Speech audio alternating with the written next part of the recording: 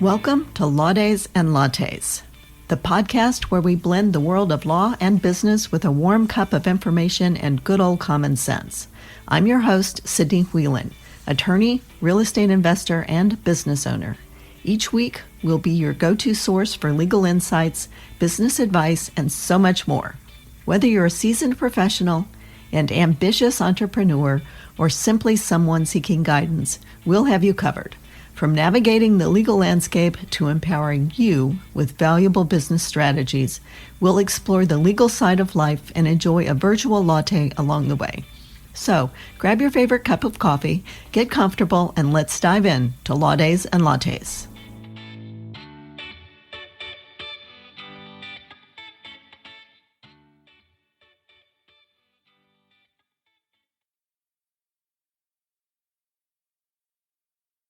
Welcome to the second episode of Law Days and Lattes.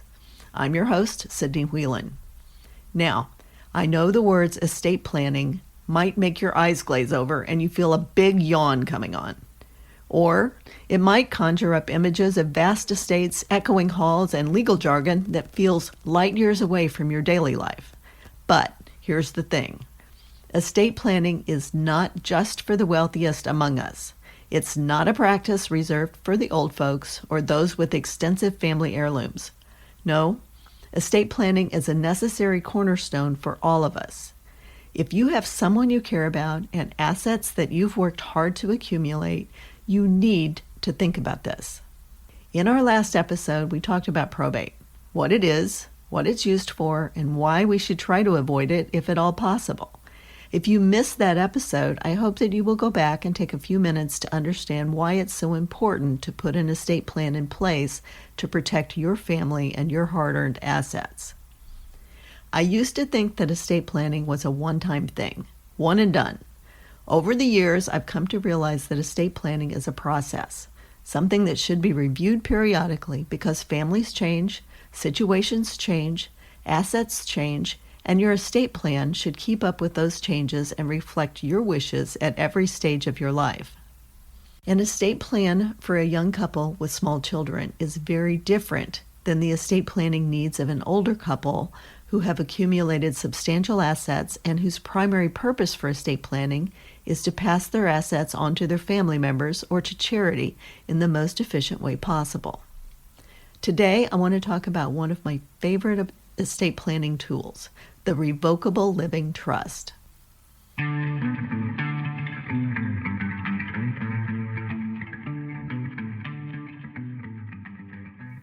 Before we get too far into the weeds, I want to define some legal terms for you. The trust is a document or an agreement that contains terms of the trust, including any amendments. I like to think of it as a separate legal entity created to own your property. Revocable, as it's applied to the trust, means that the person who sets up the trust has the legal power to amend or cancel the trust at any time without the consent of any other person. The person who creates or contributes property to the trust is called the trustor.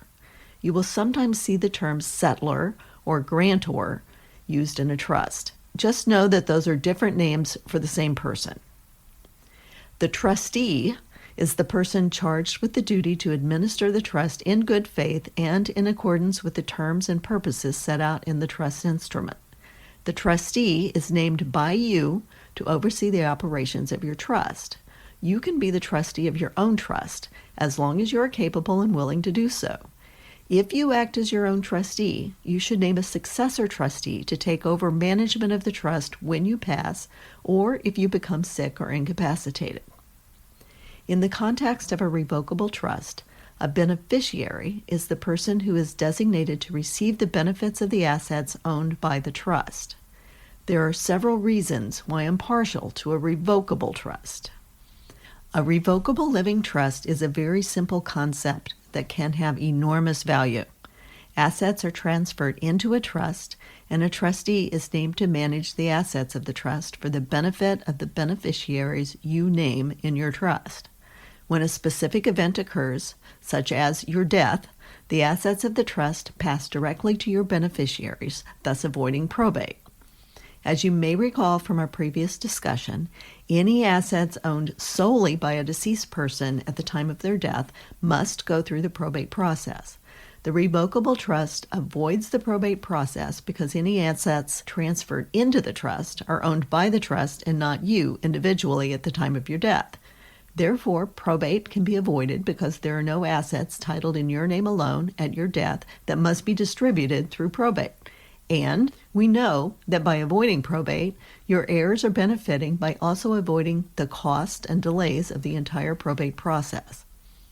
While probate avoidance may be the primary reason to establish a revocable trust, there are many other benefits as well. For example, it provides privacy for your estate. It can avoid capital gains taxes by allowing for a stepped-up basis on the value of your assets. If used properly, it can provide for uninterrupted transition of businesses, such as your LLC. It allows you to provide for your heirs or beneficiaries in any manner that you see fit. The revocable trust is extremely flexible.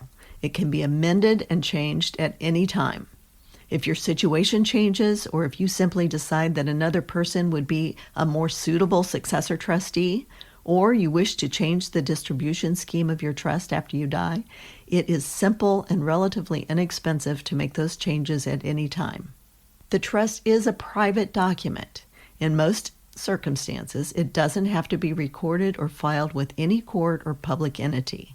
The owner of the trust does not have to disclose to anyone what assets are held in the trust or how those assets are to be eventually distributed to the beneficiaries at the death of the trustor. As the owner of the trust, retain exclusive control over the trust and the trust assets during your lifetime. Assets may be added to the trust at any time, or assets may be sold or removed from the trust at any time. One of the most important benefits of the revocable trust is that it works both while you're living and after you die. What that means is you, as the trustor, are in complete control of the assets as long as you are competent and you can make changes to the trust at any time. If you become incompetent or incapacitated in any manner, there can be provisions in the trust that allow the successor trustee to take control of the trust assets and manage those assets for you and on your behalf as long as you are living.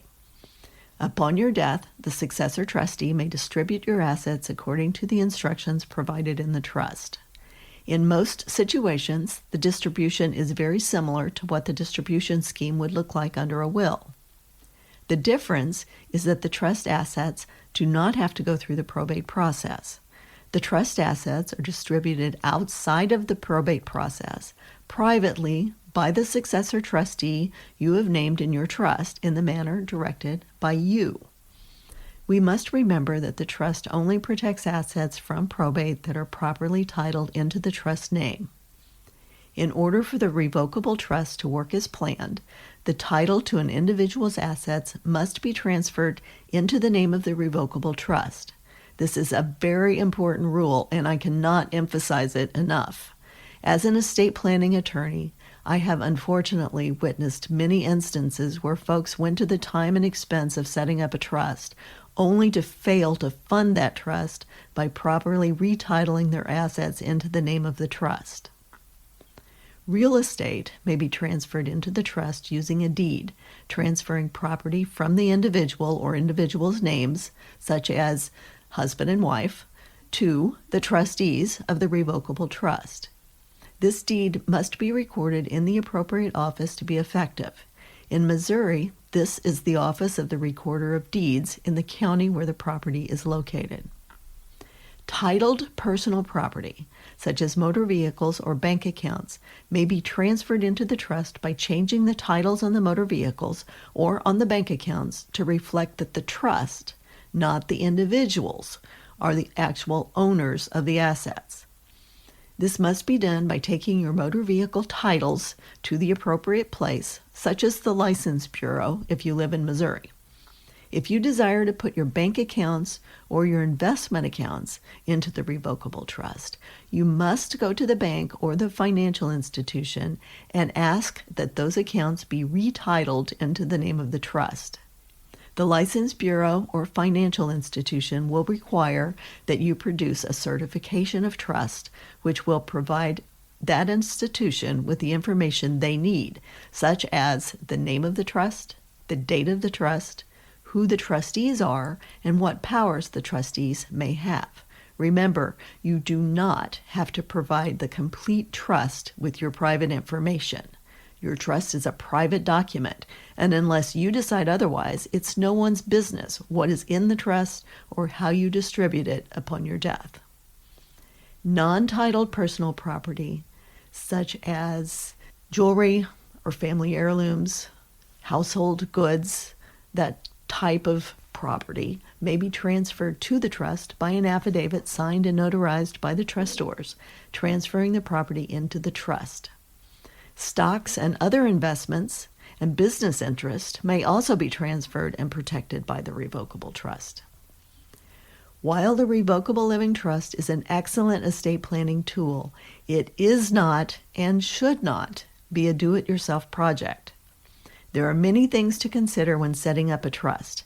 It's important that you seek competent legal advice in order to ensure that the trust works in conjunction with your overall estate planning strategies.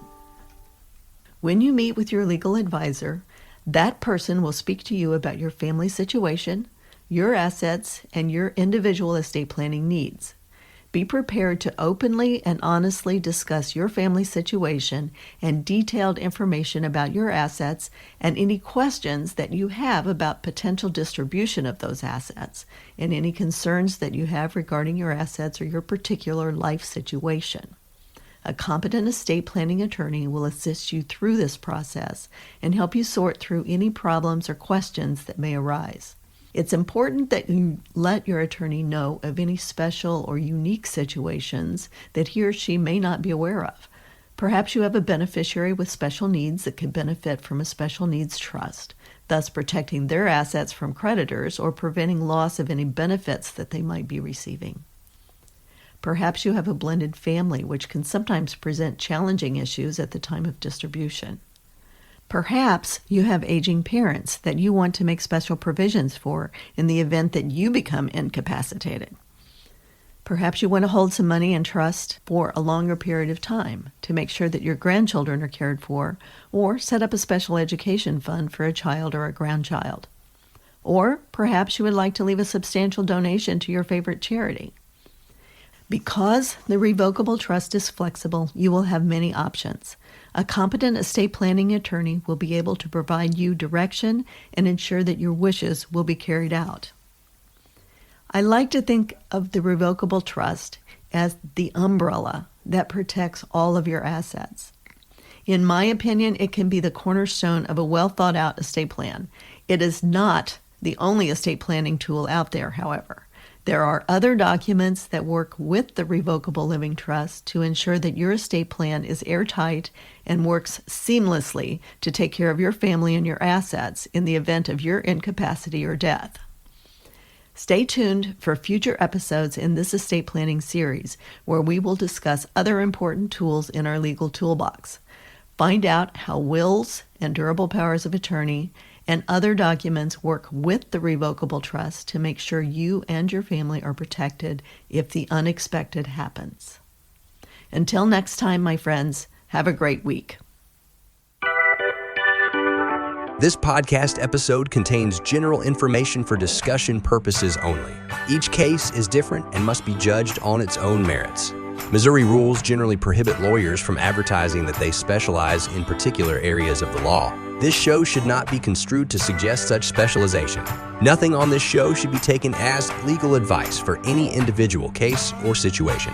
This information is not intended to create an attorney-client relationship, and the listening or viewing of this podcast does not constitute an attorney-client relationship. The choice of a lawyer is an important decision and should not be based solely upon advertisements.